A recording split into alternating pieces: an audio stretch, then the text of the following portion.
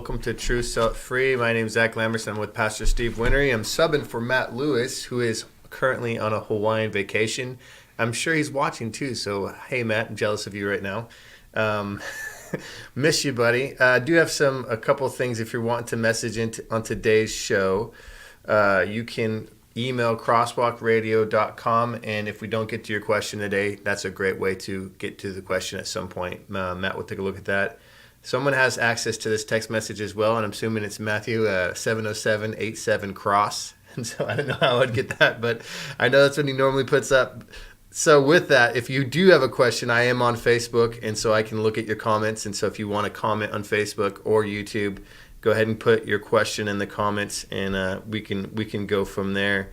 And so we have a question from Dana, and I'm going to give you the short version of it. Let's see. I'll get this figured out.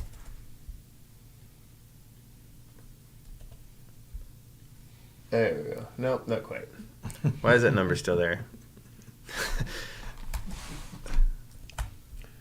There he is. He didn't line you out.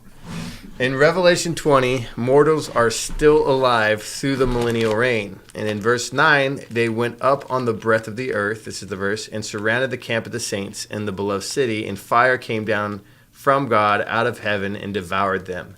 Does that mean that all mortals, believers and unbelievers alike, are consumed by fire, thus ending all mortal lives, giving way for the great white throne judgment? You know what? I really doubt that. What's being spoken about? Did we get a name on that? Yeah, Dana. Oh, Dana. Okay.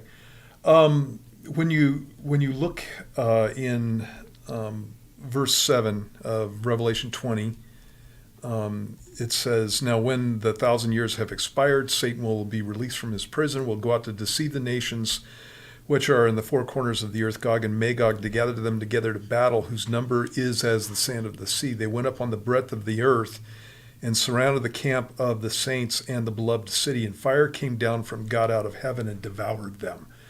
And so it looks like the ones that get devoured are the ones that are attacking Jerusalem, and so not the rest of the planet. And you know what? We don't have specifics on what God does in this transition with people who are believers and people who are unbelievers. Well, we do have it with the unbelievers. They're obviously toasted, so they're killed. But the believers, we don't have specifics on what God's going to do with them. I imagine that it's going to be something along the same lines of what he does with us, and that there's going to be a resurrection. When I say resurrection, it's a rapture. And so God will be changing their bodies immediately, and they would go into the spiritual state. My reasoning for that is, number one, the text only talks about these armies that are attacking the city of Jerusalem being the ones that have fire coming down on them. And then secondly, you have the whole conversation between God and Abraham in Genesis chapter 18, where Abraham is talking to God and saying, "God, far be it from you to destroy the righteous with the wicked. What if there are 50 righteous left? Would you destroy the cities for the sake of 50 righteous?" And then he goes down and gets the Lord all the way down to 10. And that's where Abraham stops. And even in that situation, God got all of the righteous, all the ones that wanted to leave Sodom and Gomorrah, got out of Sodom and Gomorrah. And so it would be the same thing in this situation. So I imagine that what's going to happen is that the righteous are going to be probably taken bodily up into the presence of the Lord, and then the unrighteous are going to be destroyed at this point. And then they appear before God at the great white throne judgment. Now, I just said all that stuff to answer your question, but I opened a whole can of worms. And here's the deal with this, you guys. If you're new to Old Testament and New Testament prophecy, the Bible teaches that after Jesus comes back at the second coming, that he rules on and reigns on the earth for 1,000 years. Obviously, at the end of that 1,000 years, there's a rebellion. That's what we're talking about here. And so those people have to be mortal that are living there. And so these are people whose parents and ancestors came out of the tribulation. And we know that anybody who comes out of the tribulation and goes into the millennial reign has been judged. And so they're judged as to whether they can go into the millennium. They're mortal at that point because Jesus doesn't he doesn't rapture people when he comes back at the second coming. He does it before that point. And we know that they're mortal because there are passages in the Old Testament, and also in this passage right here, that talk about sin, that talk about death, that talk about farms and eating and having children and all of that stuff. And so these are mortals that come out of the tribulation period. And everybody who goes into the millennium is a believer, and then they have kids. And so this last group is the ultimate pastor's kids, basically. These are people who are the ancestors of those who came out of the tribulation, made a choice to follow after Christ. And they're also people who have forcibly had to live under the reign of Christ for the 1,000-year reign. And when Satan is released, he tempts them, they believe him, and they come up against Jesus at that point. This is one of the best proofs that the rapture takes place before the tribulation period, because you have to have mortals coming out of the tribulation period to go into the millennium. So, all right. Yeah. Hopefully that answers your question and probably brings up a lot more questions. Simply, this next question is pretty simple: is what is a first fruit? And I'm guessing they're not just asking like the actual first fruit, what that is, and that might be a good thing to address first, but also referencing 1 Corinthians chapter 15, verse 20, it says, "Now Christ is risen from the dead, and he has become the first fruits of those who have fallen asleep." So verse 23, each one in his own order, Christ the first fruits, after those who are Christ's coming, because knowing what a first fruit is I guess important, but not without the context of the Bible. So it's right. Did they specifically ask about the? No, they just asked. I'm Okay. just guessing that's why they're asking. Okay, I'm gonna take you to another passage before we do this. This is in Proverbs chapter 3, starting in verse 9. It says, "Honor the Lord with your possessions and with the first fruits of all your increase. So your barns will be filled with plenty, and your vats will overflow with new wine." So when you're talking about the first fruits in the Bible, it's basically it's the best. It's the first thing that you get. And so when you're looking at, for example, cattle in the Old Testament, when they did sacrifices, the first fruits of cattle were given to the Lord, and that was the first male that a cow would have, and so that was always given to the Lord, and that was called the first fruits. You have the same thing when you're talking about any agricultural product, when they would do their grain, whether it was wheat or whatever, and also they had olive orchards and fruit trees and that kind of thing. And the first fruits was the first part of the gathering in, and that which was given to the Lord was a tenth, and so it was a tithe. And so you had with cattle, the first one that the Bible in Old King James says broke the matrix. The first male calf that was born to a cow would be given to the Lord, and then after that, every 10th cow or every 10th steer or bull or cow, depending on what's happened with the animal, would be given to the Lord. And again, the whole idea behind that was this is a first fruits that you give to the Lord. So the first thing that I'm going to give is also called the first fruits. The passage that Zach is talking about takes off from that whole concept out of the Old Testament and talks about Jesus being the first fruits of the resurrection. And when you're talking about that, this has to do with the day that Jesus rose from the dead. He rose from the dead on the Feast of First Fruits. And so the way that feast worked was It was obviously in the spring. It's during the Passover season. The only thing that was really ripe during that time was barley, but it wasn't confined to barley. They would bring in green. If they had grain, they would take some of the green grain and they would offer it up as first fruits. And if they had anything in their orchards, it would be the same thing. They would offer that up as first fruits. And so that was a day where they offered up their first fruits to the Lord, specifically looking forward to a bigger harvest. And so it was an offering of thanksgiving, looking for a larger harvest that was going to come later on. And so that would come later on at the Feast of Weeks. There was a harvest at that time. There was also a harvest in the fall, and that's when most of the fruit on the trees were given to the Lord. But you always had the Feast of First Fruits. Jesus, in the passage that Zach quoted from in verse 20, it says, "But now Christ is risen from the dead and has become the first fruits of those who have fallen asleep." And so, in a Jewish mind, what that's speaking about is the fact that just like on the day of first fruits, you would have this first offering to the Lord that came out of the orchards or came out of the wheat or the barley fields. That was the first offering that was given to the Lord, looking for a larger harvest later on. And Jesus was the first one raised from the dead. And it wasn't just Jesus that was raised from the dead. In the book of Matthew in chapter 27, it refers also to other Old Testament saints that were raised at the same time. And it's just kind of this really obscure passage that's just kind of thrown in there. It talks about the temple veil being torn and there being an earthquake, and many rose from the dead at that time.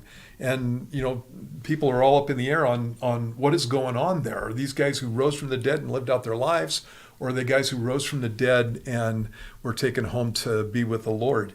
And it looks like from this passage that most likely these were people that were raised from the dead, gave a witness at that time, and then they were taken home to be with the Lord. And so at the same time that Jesus ascends into heaven, you would have these people being taken into heaven, not necessarily on the same day or whatever, but I believe that that's what is being spoken about in this passage. So, Jesus is the first fruits of the resurrection, and that was always looking forward to a larger harvest, and the larger harvest is us. And so when Christ comes back for the church, all those who've died in Christ are going to rise from the grave. The Bible says bodily, rise from the grave. And they're going to meet the Lord in the air, and we're also going to meet the Lord in the air, because it's not the second coming, it's his coming for the church. We're going to meet the Lord in the air, and thus we shall ever be with the Lord. In John chapter 14, in verse 3, Jesus said, "In my Father's house are many mansions or many dwelling places. I go to prepare," and then he says, "If it were not so, I would have told you. I go to prepare a place for you. And if I go and prepare a place for you, I'm going to come again and receive you to myself, that where I am, you may be also." And so we have that situation where we're taken up into heaven, and we're with the Lord from that point on. And we get our heavenly mansions, so to speak. It literally says dwelling places in Greek. So I don't know that you're getting a mansion, but you are getting a dwelling place in heaven, which is better than a mansion here. So there you go. So you think, you mentioned that verse in Matthew 27 where the graves were opened. It's verse 52. And many bodies of the saints who had fallen asleep were raised. And they're coming up out of the graves after his resurrection. They went into the holy city and appeared to many. You think those were translated up into heaven at some point, maybe when Jesus was, or in between? Yeah. So they would be part of the first fruits. So whenever you look at the resurrections, there are two main resurrections in the Bible. And so Jesus talked about this in John chapter 5, for example. He talked about the resurrection of the just and resurrection of the unjust, or the resurrection of the righteous and the resurrection of the wicked. The resurrection of the wicked is in Revelation chapter 20. That's the great white throne judgment. Mm-hmm. The resurrection of the righteous includes a number of resurrections. And so it includes the resurrection of Jesus. It includes this resurrection that's spoken about in Matthew chapter 27. It includes the resurrection of all believers in Jesus that are considered to be the church. It also includes the resurrection of the righteous that have died during the tribulation period. And so there is a resurrection after Jesus comes back to the earth, but it's a resurrection of those who have died during the tribulation period. Those who are alive during the tribulation period go bodily into the millennial kingdom. And so when you're talking about the first resurrection, there are phases to it. Mm-hmm. And so first phase is the first fruits, and that's the resurrection of Christ. And it looks like this resurrection of these in Matthew 27 that go along with that. And then after that, you're going to have the resurrection of the church along with the rapture of the church. You're going to have the resurrection of the two witnesses during the millennium. Then you're going to have the resurrection of all those who have died during the millennium. And that culminates the first resurrection. If there is a translation of the living saints that are in the millennium, that would also be part of the first resurrection, the resurrection of the just. So that's great. A little more complex than they just want to know what a first fruit was. Yeah. It's like when that first little part of a bud comes up. Yeah. So this is a question. We don't have who it's from. There are problems in the church that I attend. It's clearly not Calvary Chapel Tri-Cities, so this is a third party. We've had our problems. Regarding leadership, so and having wisdom on how to handle things. I could give many examples, but my question is this: can those problems regarding wisdom be solved over time, or do I need to look for another church? The reason I ask is because if the leadership doesn't know what to do, I don't see the problems getting any better. I see them getting worse. So. Yeah, basically what I usually tell people is bloom where you're planted. If God's got you in a place, you want to be faithful to the Lord in that area, and there are things that I would leave a church over. Most of them would be doctrinal or moral. Would be the things that I would be looking at. But in Hebrews 13, chapter 17, it says, "Obey those who rule over you and be submissive, for they watch out for your souls as those who must give account. Let them do so with joy and not with grief, for that would be unprofitable for you." And then he goes on and says, "Pray for us, for we are confident that we have a good conscience in all things, desiring to live honorably." And he goes on with that. And so he does talk about praying for leadership. And so, when I look at situations like that, I don't know the specifics of what's going on. When you're talking about unwise decisions, are we talking about the carpet color?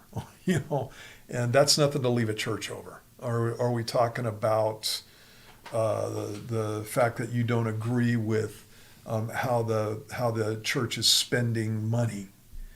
That is not. That would depend with me. It would depend on what they're spending money on.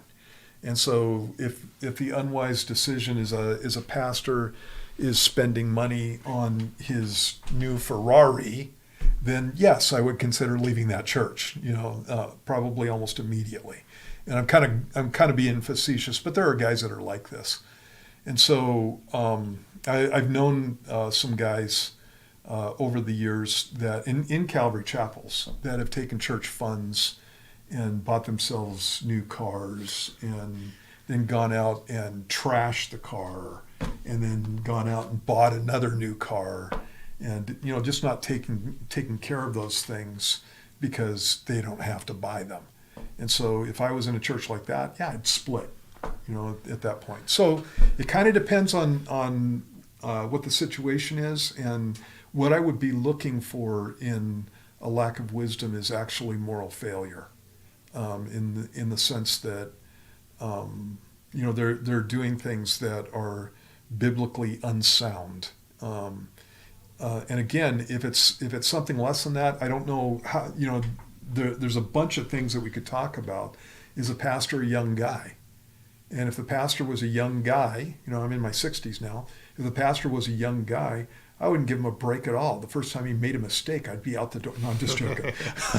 If he was a young guy, I'd just be giving the guy grace, because I've made all kinds of mistakes in my past, and And so I try to be on top of things, but I don't always get the job done because I'm a sinner like everyone else. And so, again, it kind of depends. And so I know I'm not flatly answering your question, but it depends on what the lack of wisdom is. And so if it was a big enough deal, and especially if it was a moral failure or a financial issue, which can be a moral failure also, then yeah, I would be looking for the door. Otherwise, Jesus, most of this stuff is really easy. You do unto others as you would have them do unto you. And so if you were in the position making the decisions and you were doing your best to get the thing done and you failed, would you want people to have grace on you at that point? And so if we keep that in mind when we're dealing with all of the people who are around us, then life is going to go much easier for them, and it's going to go much easier for us. And this again is one of those passages that I point to. When you're talking about leadership, we live in America. A lot of people don't want to submit to people who are over them, and they make their life just a pit because they are so rotten. And so you don't want to be you don't want to be that guy. You don't want to be that guy because God will get you. And that's the point of that passage. Let them do so with joy and not with grief, for that would be unprofitable for you. And so, if we judge ourselves, we won't be judged. If we don't, then God's going to take care of the issue. So.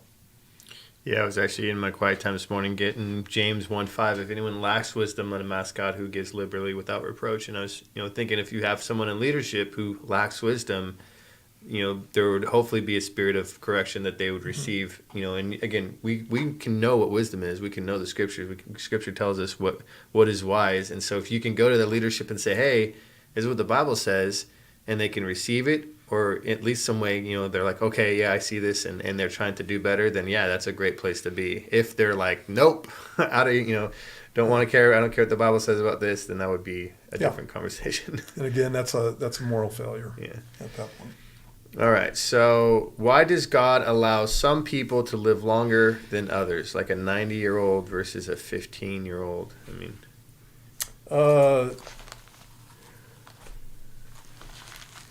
I don't know how to say this, but if I was asking the question, God would say, "Nunya."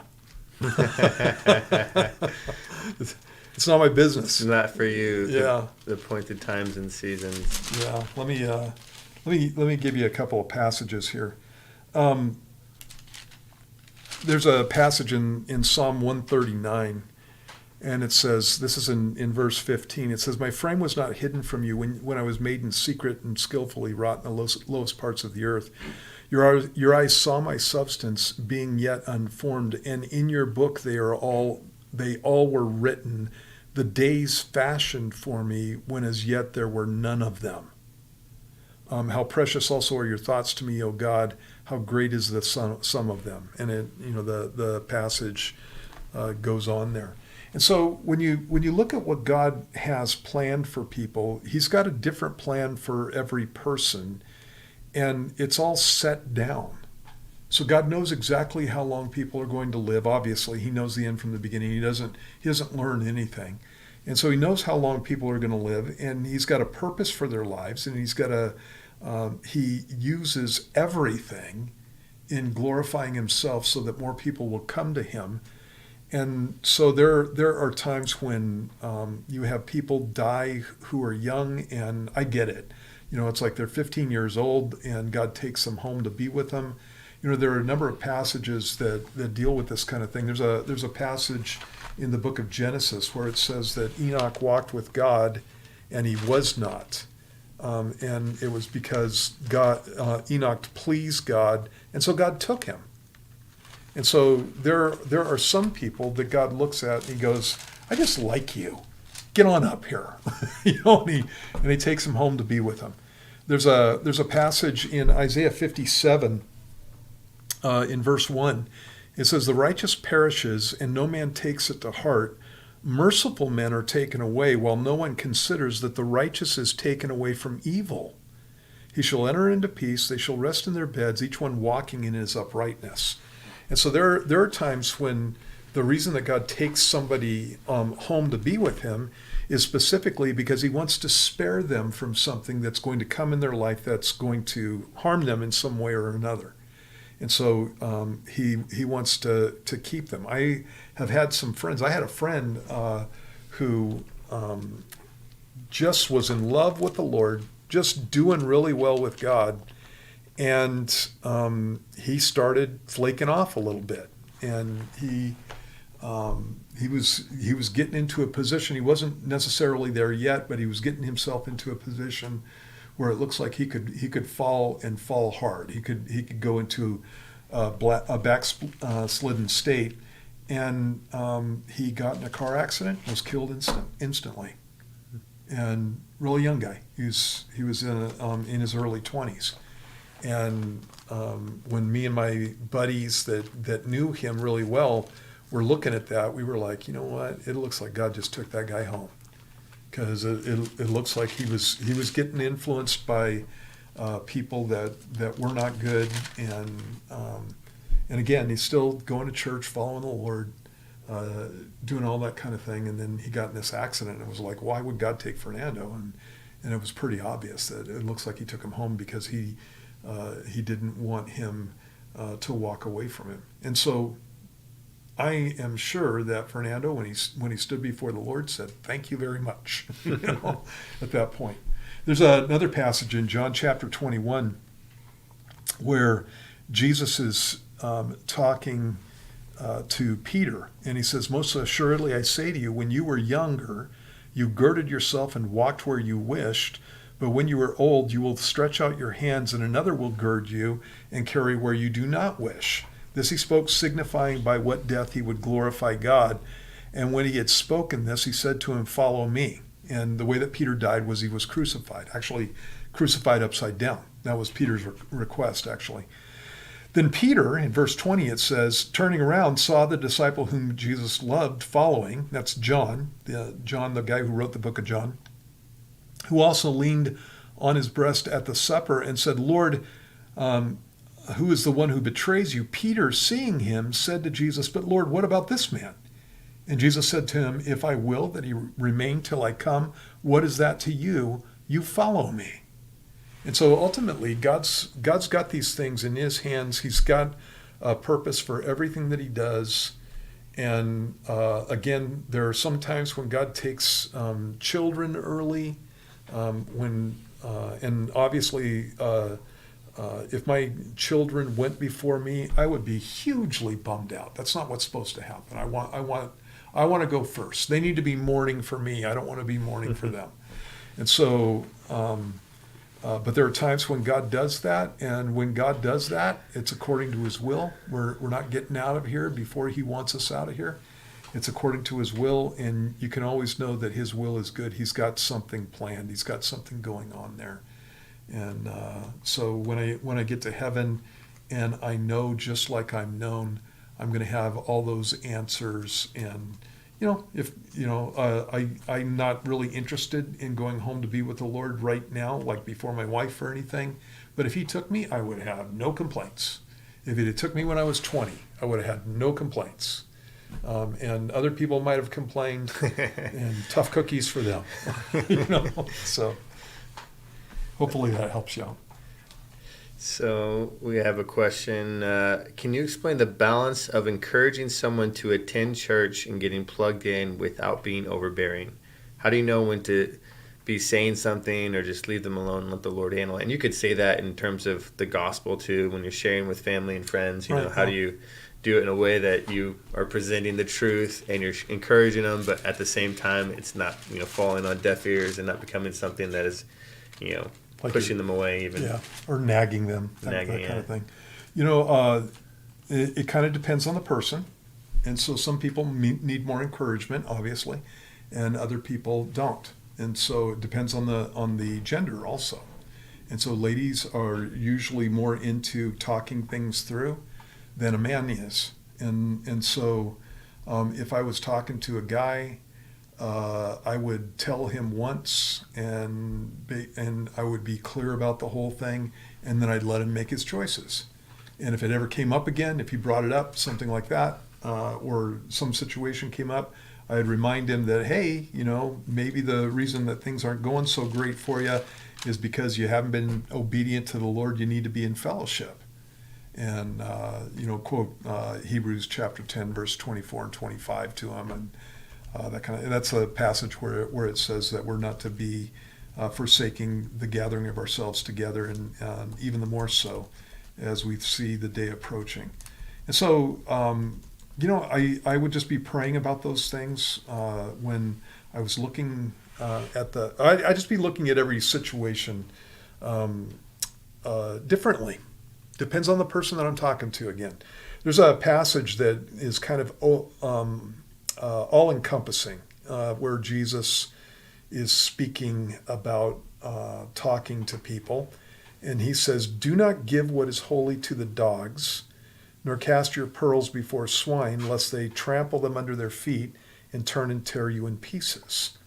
And that's in the context of coming to somebody and saying, "Hey, can I help you with that speck in your eye?"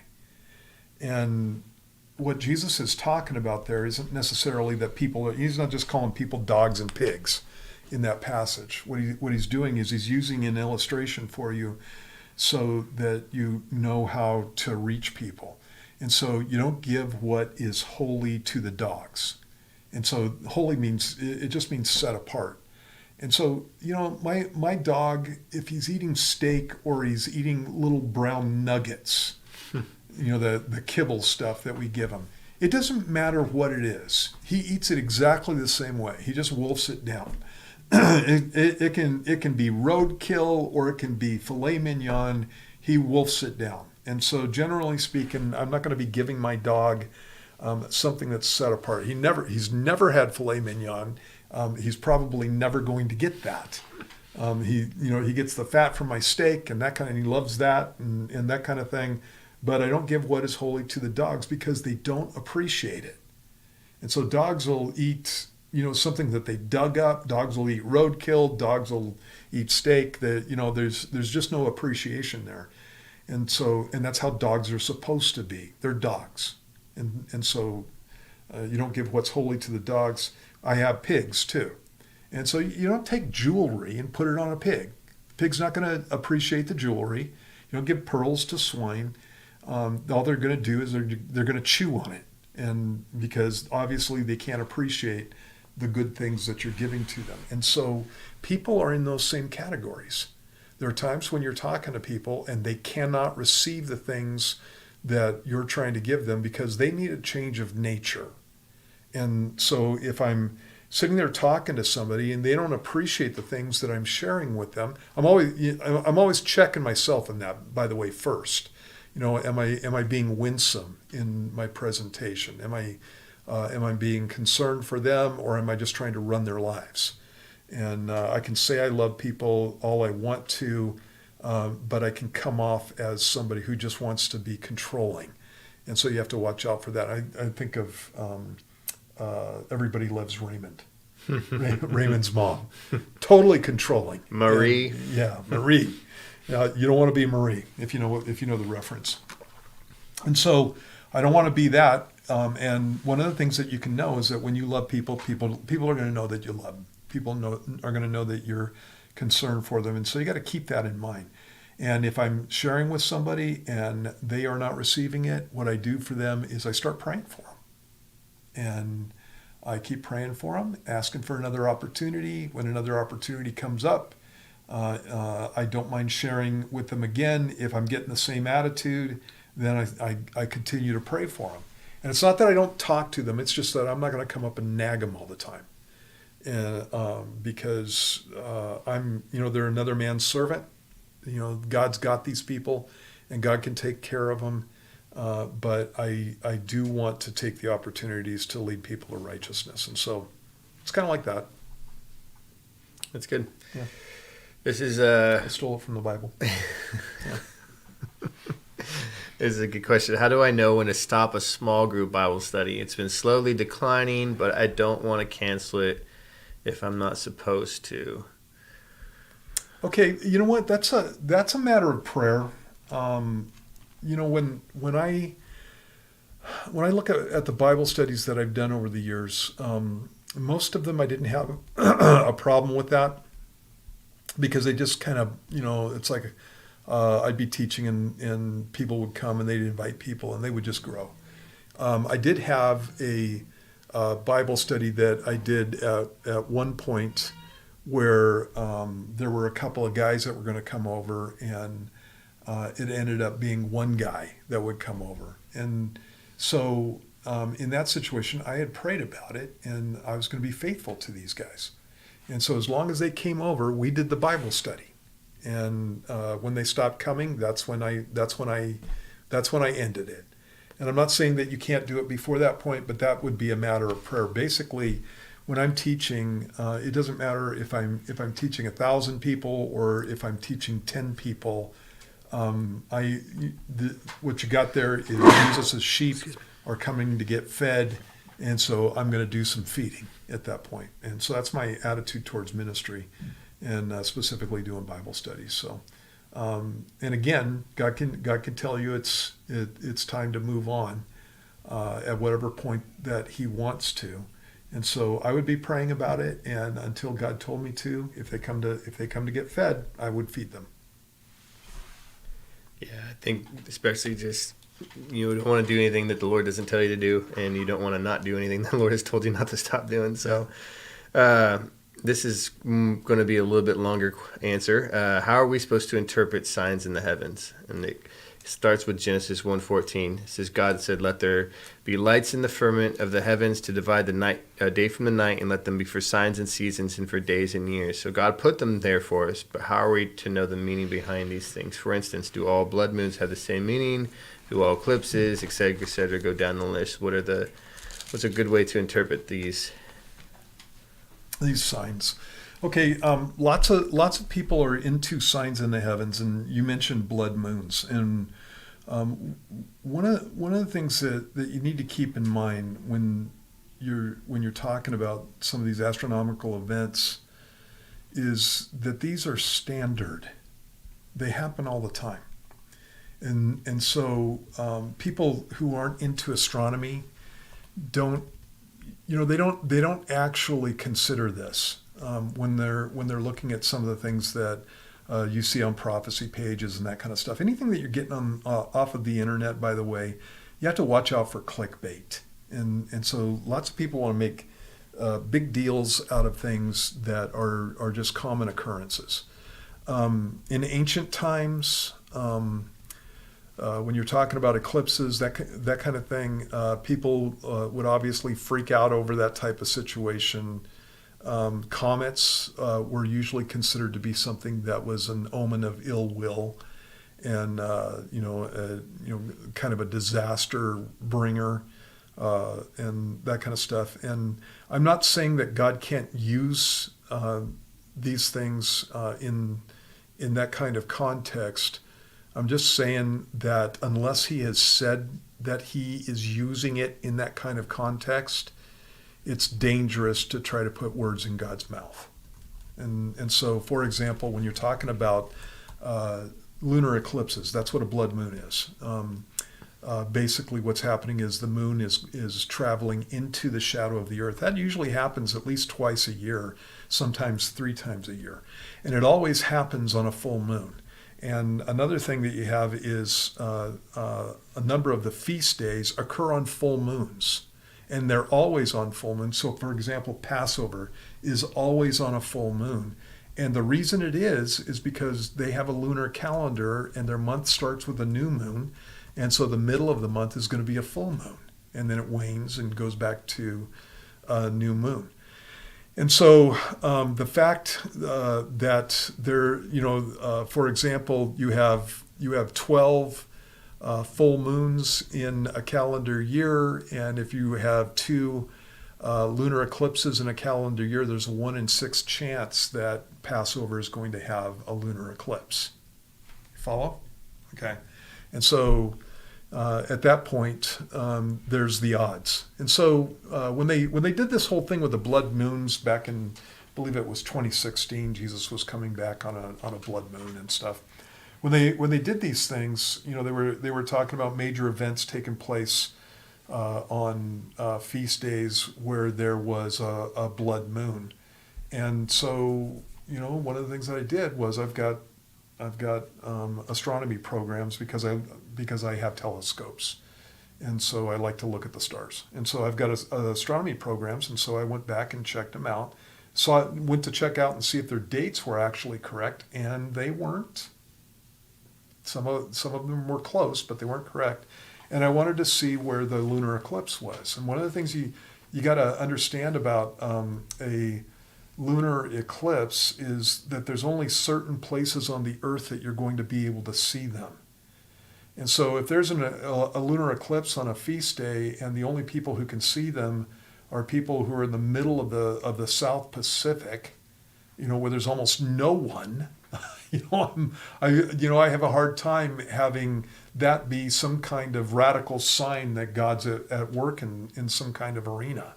Now, if it was always something that was seen in Jerusalem, that's another animal altogether. And so at that point, I'd be paying more close attention. And so there are, the Bible talks about, Jesus talked about the fact that there were going to be signs in the heavens.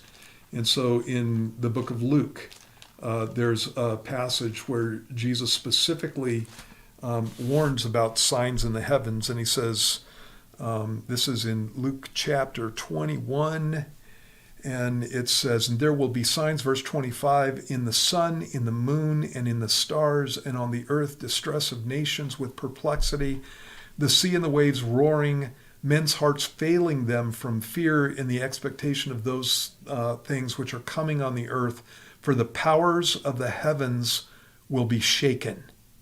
And so, obviously, there are signs that are going to be in the heavens. Well, when you get to the book of Revelation, you have, when you get to Revelation chapter 8, you have something the size of a mountain that's falling out of the heavens and hitting the ocean. It's burning, and that looks like either a cometary impact or an asteroidal impact on the earth. There's another body that comes down, and it's called wormwood in the passage, and it looks like it's what's called a bolide. It's another cosmic body, and most likely it would be an asteroid of some kind that's not as compact as the previous one, and when it hits the atmosphere, it just explodes, and it ends up poisoning the waters. And so those are signs in the heavens. And so if I saw that, something that's the size of a mountain hit in the ocean, and then a third of the ships are destroyed, there you go. That's a biblical sign. And if you have another bolide, another body that comes down and it explodes and it poisons a third of the waters, that's a sign. And so again, there you go. Another sign that you have is that the moon is going to turn to blood, and this is where people get into the whole blood moon thing, and the sun's going to turn black as sackcloth of hair. And so that is another specific sign that the Bible gives, that Jesus gives, that is going to take place before the second coming, and in fact, right before the second coming. That, by the way, is a sign that you can't see now, like ever, right now. There's because when you're talking about the sun turning black, you are talking about an eclipse. If you're using cosmic bodies, celestial bodies to do this, you are talking about something getting in the way of the sun, but it can't be the moon. And so it's not an eclipse of the moon, because the moon has turned red. And so the moon still has light hitting it. And if it's a lunar eclipse or a solar eclipse, the moon goes in front of the sun. And so you're talking about something that's totally different in that situation than anything that we've got going on right now. And so the moon would be in an area where it would be getting some of the light that's coming from the sun, most likely from around the body that is in front of the sun, and the earth itself would be in shadow. And so that means something going through the solar system. And so again, signs in the heavens at that point. It talks about the powers of the heavens will be shaken. And so there is a situation where you have hailstones coming down, and usually when we think of hailstones, we're thinking of ice. The wording in Greek is not confined to ice, and so it could be a meteor shower coming down. It talks about 100-pound hailstones, basically hailstones that's a talent weight, anywhere from 75 to 125 pounds, hitting the earth. And so again, signs in the heavens at that point. And so again, you can see some of these. There's some in the Old Testament. The sun stopped in the heavens during the time of Joshua. That's a sign. The sun retreated in the heavens during the time of Hezekiah. That's another sign. And so you have these things routinely, but in each one of those cases, you guys, the Bible prophet predicted these things. Specifically, the Lord let us know that these things were going to come to pass. And so with the blood moon thing, didn't happen. And so, how about lousy prophet. The sun being darkened? Could that be like an atmospheric thing too, where you have a bunch of dust thrown up from some kind of explosion? Where and why isn't the moon black? So it wouldn't just be reddish. I'm asking a question. Well, I don't know. If you're talking about the illumination of the sun versus the moon, yeah. The moon is a reflection of the sun, and so if the atmospheric obstruction is dark enough to put out the sun, it would definitely put out the moon. And so and I'm not saying that can't be some of the signs in the heavens. Obviously, you have a if you think those coincide though. You're saying that because of the way it's phrased there, and the blood moon is happening at the same time as the Okay. Yeah, they coincide is what it looks like. And again, when you're talking about some of the things that you have in the book of Revelation, if that's what it's talking about, an asteroidal impact, then what's going to happen is there literally, you got something that's big enough to make a wave that's going to take out a third of shipping in an ocean. You are talking about something that's massive, and it's going to be throwing major amounts of dust into the air. Well, it's going to throw a mantle into the air. At the very same time, a third of the trees are burned up and all the green grass is burned up. Well, that would be from the impact, actually. You would have earth crust going up into the atmosphere and raining down on the areas around the earth, and that would start massive fires and things like that. So it's when you go through the New Testament, you look at it's not just the New Testament; it's the Old Testament too, talking about the same times.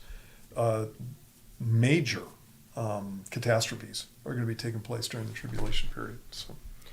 All right, we're going to revisit a question. Linda, who's following us on Facebook, she has on the subject of death, going back to why do some people live longer than others? God knows the number of days, but I am sure but I'm not sure he's the one that takes people out. Doesn't Satan take people out as well, or as just a result of a fallen world? If God takes people out who are in danger of falling away, wouldn't he take us all out? And so kind of a... And again, you're making some good points, Linda, but again, here's the deal. I don't know, I've known people, like I was talking about, my friend Fernando, who I believe was taken out by the Lord, and I could see the reasons behind it. But then I've known other people who've backslid and walked away from the Lord, and God doesn't do that with them. And so, again, I have no answer for that. It's not like you go through the Bible and God's got a specific plan for the death of every person, and he lets us know exactly what it is. As far as Satan doing things on the planet, Satan is allowed. Satan, even though we have situations where, again, you're talking about things like being the result of a fallen world. For example, we have disease that takes place, and we have accidents that take place, and we have situations where you get attacked by an animal and that kind of thing, or even you're murdered. In the context of Christians, Matthew chapter 16 Jesus speaks about these signs are going to follow believers. They'll speak with new tongues, and if they take anything deadly, it won't harm them. If they take up a serpent, it won't harm them. They'll lay hands on the sick and they'll recover, and so on. And so you have a promise there of the protection of God. And so when I look at the situations that are taking place on the earth, you can attribute things to Satan. Yes, Satan wants to kill people. And so, for example, in the book of Job, Satan killed Job's whole family except for his wife and him. And so Job's whole family is gone. Job's servants, most of his servants are taken out. And most of his livestock, all of his livestock is taken out in a situation. And yes, Satan did it, but before Satan can do it, Satan had to go before God, and Satan had to have permission. And so when we look at the story of Job, you can obviously see what God's doing with Job, and it's because he's the center of the whole narrative. But what was God doing with Job's kids? And what was God doing with the servants of Job? What was he doing with them? And in each one of those cases, you don't want to take away the sovereignty of God. When God is allowing, specifically in that situation, all these things to take place, he knows exactly what Satan's going to do. He knows who he's going to do it with. And he's got a purpose and a plan for each life that is there. And so that doesn't just include Christians, that includes non-Christians. God has purposes and plans for non-Christians too. There's not anybody that he doesn't want. And so 2 Peter chapter 3 talks about God's not willing that any should perish, but that all should come to repentance. I think that one of the reasons that some of the people that I have known that were the rankest heathens were so long-lived is because God knew that this was the only life that they were going to have. And so he was giving them grace and opportunities to come to Christ for as long as possible.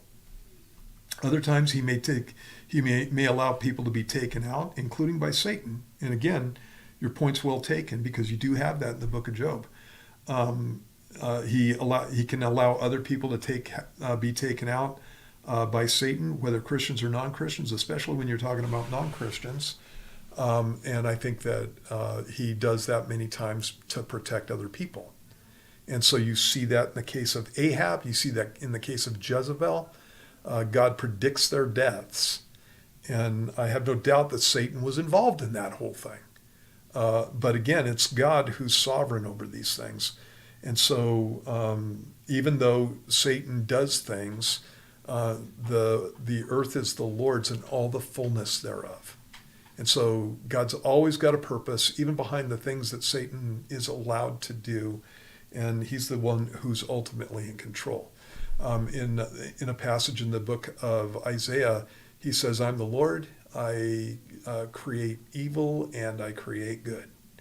And it's the idea of God taking accountability, taking responsibility for everything that goes on the planet. And so, again, ultimately, we can generally see what God's doing in a situation, and he is acting in grace. But God takes credit for everything. So awesome. Yeah. What is your take? We have time for one more question. What is your take on women leading worship in the church? Does the Bible allow it? And just to give you some context, as the question would be concerning, 1 Timothy chapter 2, which says women are to keep silent in the church. They're not allowed the office of a bishop, and that authority structure as well. And so, being a leader, how does that work in the context of the church? When you are talking about, I want to try to find a passage here. 25? Is it 2 Chronicles 25? Do you know what I'm talking about?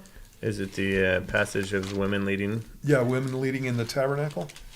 Or in might be, in the temple?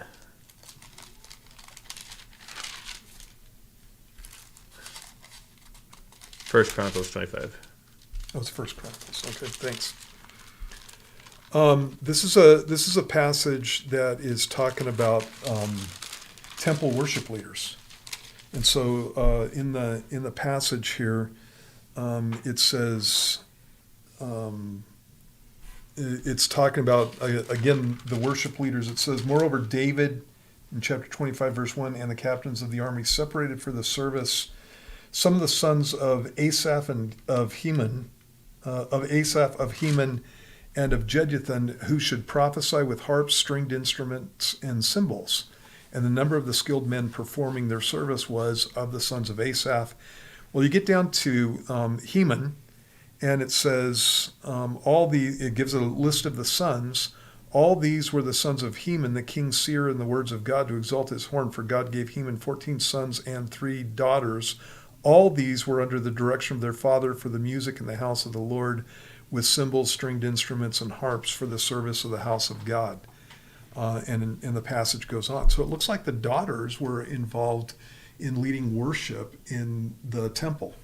And so when you're looking at the 1 Timothy chapter 2 passage, what that's talking about is somebody who's teaching and exercising authority over man.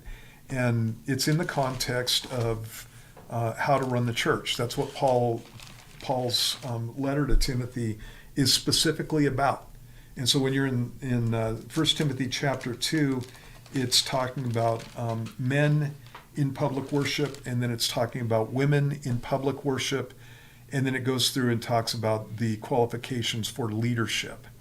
And so when Paul talks about the women, he talks about the fact that they're not to teach or to have authority over a man, but to be in silence. And so it looks like in that passage, he's talking about the teaching gift. Now, one of the things that I keep in mind when I'm looking at anything that I'm going to have a lady do in my fellowship, even if it's something that I believe is allowed in Scripture. So, for example, in the situation in this passage, all that Paul's saying is that the pastor needs to be a man, and the reason he needs to be a man is not because women are less intelligent or more emotional or whatever other reason you want to come up with. It's because of the creation and the fall. That's the reasons he gives in the passage. Adam was formed first, then Eve, and Adam was not deceived, but Eve, the woman being deceived, fell into transgression. And so that's creation, the order of creation and the fall.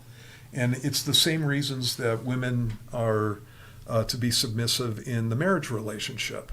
And so it doesn't have anything to do with emotional makeup and that kind of thing. I've known a lot of ladies who wanted to make it that. I know a lot of men who wanted to make it that too, but that is not what the Bible says. The Bible talks about the fact that it has to do specifically with the creation and the fall. And so in both instances. But you don't have that, for example, with, say, running a Sunday school or, teaching Sunday school classes, that kind of thing. It's talking about specifically teaching men. And so if I'm going to put a lady in a position of leadership, I'm careful about that whole thing, because if there are guys involved in what's taking place, a lady can have a harder time dealing with the issues that come up.